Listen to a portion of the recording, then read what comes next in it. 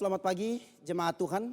Hari ini kita akan membaca firman Tuhan yang merupakan perkataan terakhir dari Tuhan Yesus Kristus atau perkataan yang ketujuh di atas kayu salib. Namun sebelumnya mari kita berdoa. Bapa, terima kasih untuk hari kehidupan yang Tuhan berikan kepada kami. Kami akan membaca kebenaran firman Tuhan dan merenungkannya. Roh Kudus menolong dan firman Tuhan ini dapat termeterai dalam kehidupan kami. Dalam nama Yesus kami sudah berdoa dan bersyukur kepada Bapa di sorga. Amin. Bagian firman Tuhan dari perkataan yang ketujuh di atas kayu salib. Saya ambil dari Injil Lukas. Injil Lukas pasalnya yang ke-23 ayat 46.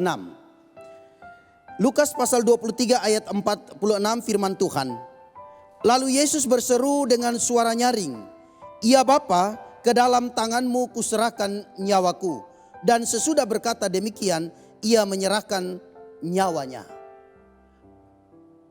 Jemaat yang dikasihi dan diberkati oleh Tuhan Yesus Kristus, fakta membuktikan bahwa ada 3 atau 2 orang yang tersalib di samping kiri dan kanan Tuhan Yesus Kristus.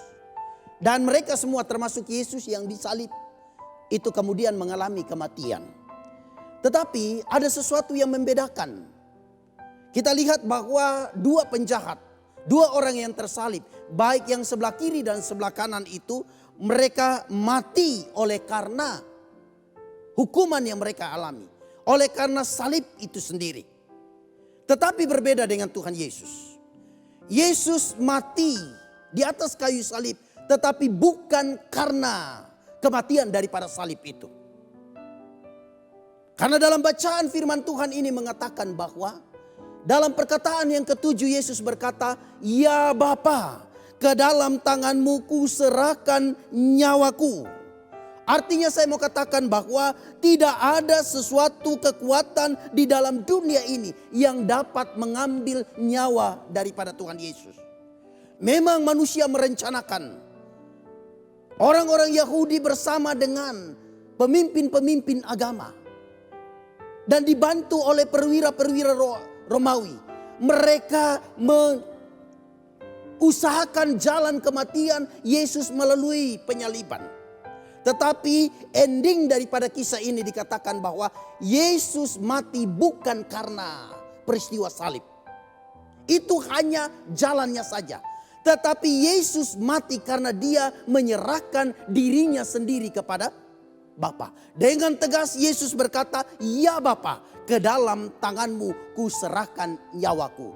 Ini membuktikan kepada kita Bapak Ibu Saudara bahwa tidak ada satu kekuatan di dunia ini pun yang dapat mengambil hidup kita. Walaupun kita hidup dalam keadaan susah, dalam keadaan menderita. Ada mara bahaya yang mungkin direncanakan orang kepada kita. Tetapi jikalau Tuhan tidak berkenan, sekali lagi. Tetapi kalau selama Tuhan tidak berkenan, maka Tuhan akan melalukan itu. Hanya Tuhan yang bisa mengambil nyawa kita. Karena Tuhan sendiri pun menyerahkan nyawanya kepada Bapaknya. Ini menjadi kekuatan dan penghiburan bagi kita sekalian. Manakala Bapak Ibu Saudara dan saya ada di tengah-tengah pergumulan, ada di tengah-tengah persoalan. Jangan pikir bahwa Tuhan meninggalkan kita. Dia selalu ingin menyertai kita. Selama kehendaknya belum mau dilaksanakan dalam hidup kita, maka kita akan terus hidup di dalam Tuhan. Yang kedua Bapak Ibu Saudara, Yesus berkata, "Ya Bapa, ke dalam tanganmu kuserahkan nyawaku." Terkandung makna bahwa hanya Yesus yang berkuasa menyerahkan nyawanya kepada Bapaknya.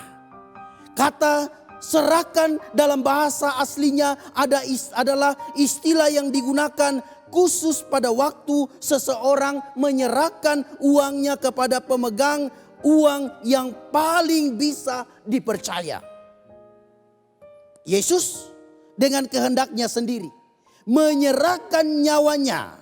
Dan dalam Yohanes pasal 10 ayat 18 ia berkata, "Aku memberikan nyawaku, tak seorang pun mengambilnya daripadaku.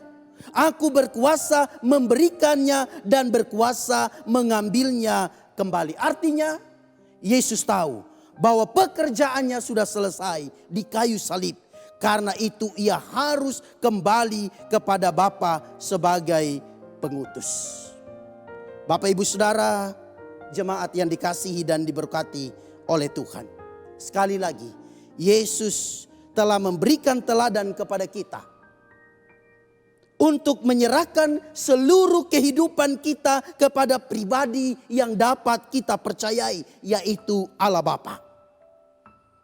Karena itu apapun yang terjadi dalam hidup ini, hendaknya kita serahkan kepada Bapa, sebab Dia tahu apa yang terbaik yang mau Dia perbuat kepada kita. Jangan mengeluh, jangan berputus asa, tetapi taruhlah pengharapan kita kepada Tuhan. Karena pengharapan di dalam Tuhan tidak pernah mengecewakan.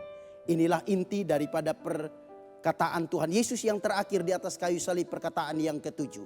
Ya Bapa, ke dalam tanganmu kuserahkan nyawaku. Amin. Mari kita berdoa. Terima kasih Bapa. Yesus sudah menyelesaikan misinya ke dalam dunia ini untuk memperjumpakan diri dengan manusia. Dan dengan jalan itu Yesus kemudian mau menyelamatkan manusia melalui peristiwa kematian di atas kayu salib.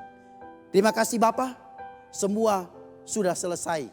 Semua sudah dikerjakan secara tuntas. Dan ini memberikan sebuah kepastian bahwa keselamatan hanya ada di dalam nama Tuhan Yesus. Kami diajar supaya kami juga mau menyerahkan seluruh kehidupan, pergumulan, kesusahan kami hanya kepada Tuhan. Karena hanya Tuhan yang mampu menyelesaikannya bagi kami. Dalam nama Tuhan Yesus kami sudah berdoa dan bersyukur kepada Bapa di sorga. Amin.